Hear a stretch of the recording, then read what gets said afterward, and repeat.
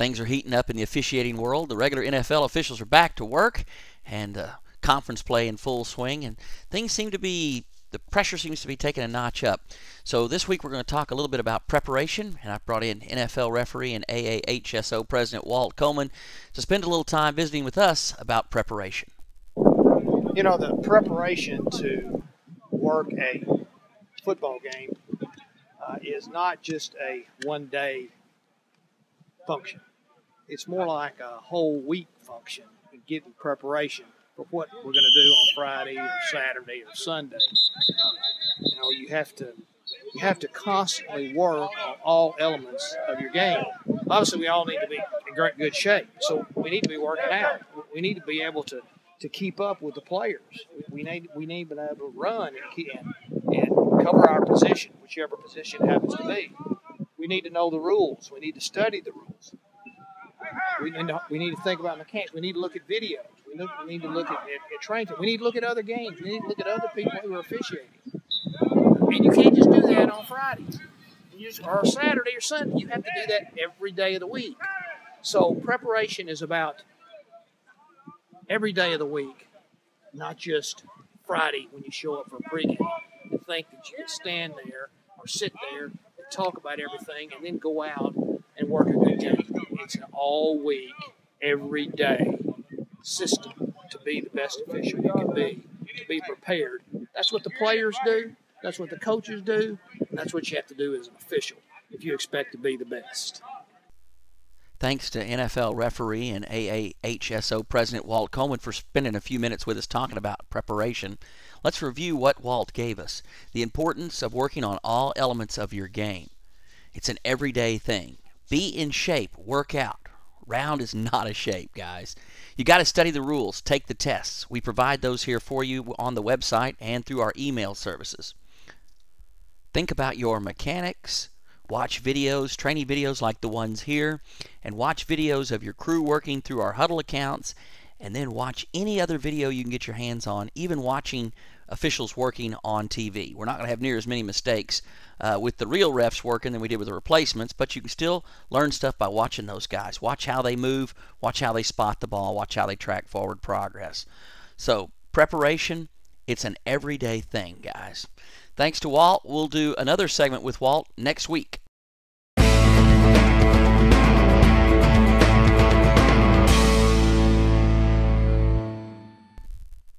All right, take a look at some UNR fouls. Let's take a look at this play first.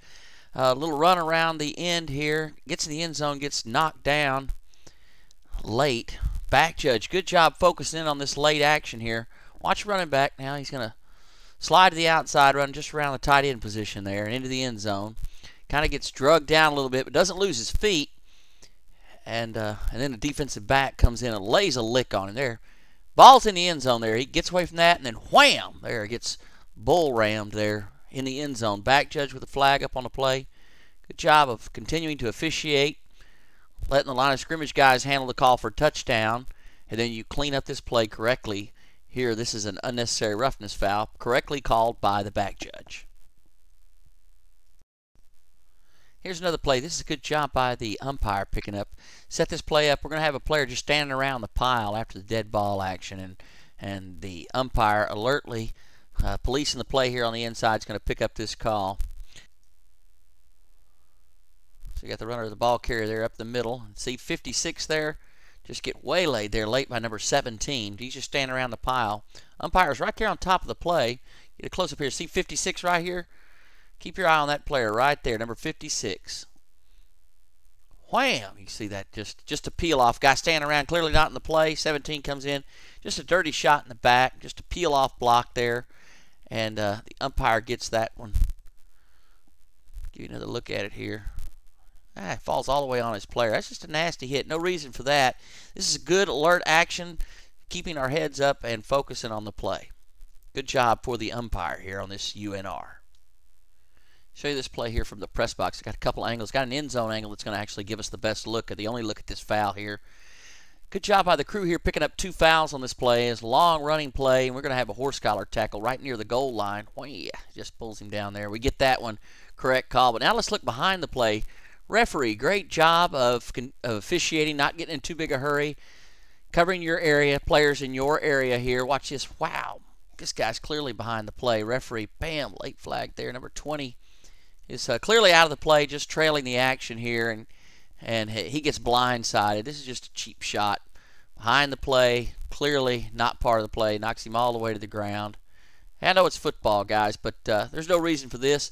This is a great job by the referee of keeping the play boxed in. This is exactly what we're talking about, keeping the play boxed in, keep all the players in front of you. And if the referee had run by this, he wouldn't have seen it. So good job of keeping the play boxed in and alert for the dead ball action. Proper call here, 15-yard penalty for unnecessary roughness. And the crew gets 2 fouls here on this one, and we just replay the down. Good job, guys, on getting these UNR fouls. Very, very important that we stay alert, keep our heads up, and catch these fouls when they happen. Still struggling with these calls. False starts involving the keys for the referee and for the line of scrimmage. Remember, the line of scrimmage, guys, you're looking at the center, and then all the players on your side of the field at the line of scrimmage are these wideouts also for the line judge. These would be your keys also. For the referees, the backs and the quarterback are your keys. So anybody in the backfield behind the tackles and the quarterback, your key. Let's take a look at this one where we struggle with this. Man, quarterback directs the man over in motion, and as right to get this front, see that head go down right there? That's a false start. We draw the defense in, and we make no call here, guys. We got to make something. Everybody in the place saw this. This is a false start. Should be correctly called on the quarterback for this move right there. That's a false start.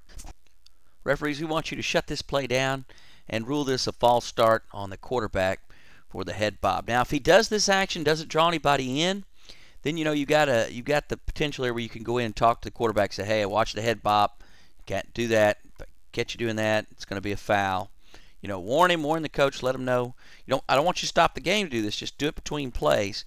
Just let him know we're watching that head bob. If he draws the defense in, or if it's too overt of an act, we definitely want a false start called on the quarterback in this play. More to talk about with the referees here. This is an illegal block in the back. We're going to have an interception thrown by the quarterback here to an underneath defensive linebacker, and he's going to run down the field. I want you to watch this player at about the 38-yard line here, and we're going to introduce a phrase called chase mode. And we're going to freeze frame this video right. We do a little isolation here so you can see about the 38.5-yard line. Watch that player. He's just going to level the offensive player. Wham! That's a nasty hit. Back this up, give you a couple of looks at it here. Just plows him over. We'll talk about chase mode today, and we'll talk about it again here in a couple of weeks. But we got this player now at the 41-yard line, and basically, if you would just draw a line on that player from his shoulder pads, just make those lines extend down both shoulders, so everything that's behind him in a 180-degree angle. Any player that's in that zone, shoulder to shoulder, behind him, 180 degrees, is in what we call the chase mode. So when a player is in chase mode and approaching his opponent, we want to really focus on these guys. We want to zero in on them for a potential block in the back. And referee, this is one of these plays where it's going to be kind of straight line. You're not going to be able to really get a good look at that offensive player. But when you see that player coming up in chase mode in a reverse field mechanic, you got to focus in on him. And if he hits him in any part of his back from chase mode, then we want a block in the back. Now, if he's parallel side to side and comes at him and gets a little bit of the back, but most of the contact's on the side, we want to stay away from that. That's not going to be a block in the back. But from chase mode coming up behind, initial contact is in the back, any part of the back, we want that foul called for an illegal block in the back. And what we want you to describe that as an illegal block in the back from chase mode. And we introduce that phrase to the officials, and we talk to the coaches about it, and then they understand the verbiage. When we talk about a player was in chase mode, he's very, very suspect to an illegal block in the back, which is what we see in this play right here. Illegal block in the back from chase mode. Let's take a look at this play. We're going to call offensive holding here. And, once you look at this on video, here's the first potential one right here on the edge, where this defender's kind of rolled up, and there's just not a whole lot to look at right there. And we got one more here outside, right there at about the 42-yard line. Maybe that's the 38-yard line here. little bit of outside technique, but defender just turns and keeps running. Give you another look at it here. Let you see what you say. No real material restriction. We're talking again about material restriction, how important it is that we see, a material restriction. The defenders needs to be slowing down because of, we're calling a potential hold there. Get a good look at this defender here on the inside there, that outside block. He just spins. There's no restriction there. Now on the outside there, maybe turns the defender a very, very little bit, but he just keeps right on running. No material restriction on that part either. Take a couple of looks at it here. Important thing is we're looking for hands on the outside, grabbing hold of the jersey. And then remember, focus your attention on the defensive player. He's going to tell you if he's being held. If you see something overt, like he's running with one shoulder lower than the other one, or he's really working to try to get away, you can see he's being held. That's a material restriction. But when they just grab a little bit and the defender rolls out and keeps right on going, and we have no real material restriction, these are the kinds of fouls that we've got to stay away from, guys. These are not holds.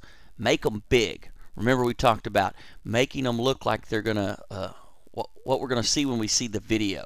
You got to try to condition your mind to see on the field what we're going to see in video. And you do this by watching a lot of video of these types of plays. And you don't see any real material restriction here. How is the defense affected by this little bit of technique problem that the offensive player may have had? So stay away from these types of fouls, guys. When we have hold, make them big. Another week's training video in the books. Appreciate you guys spending some time watching this. Remember, preparation is our buzz phrase for this week. Keep working hard. The playoffs are right around the corner.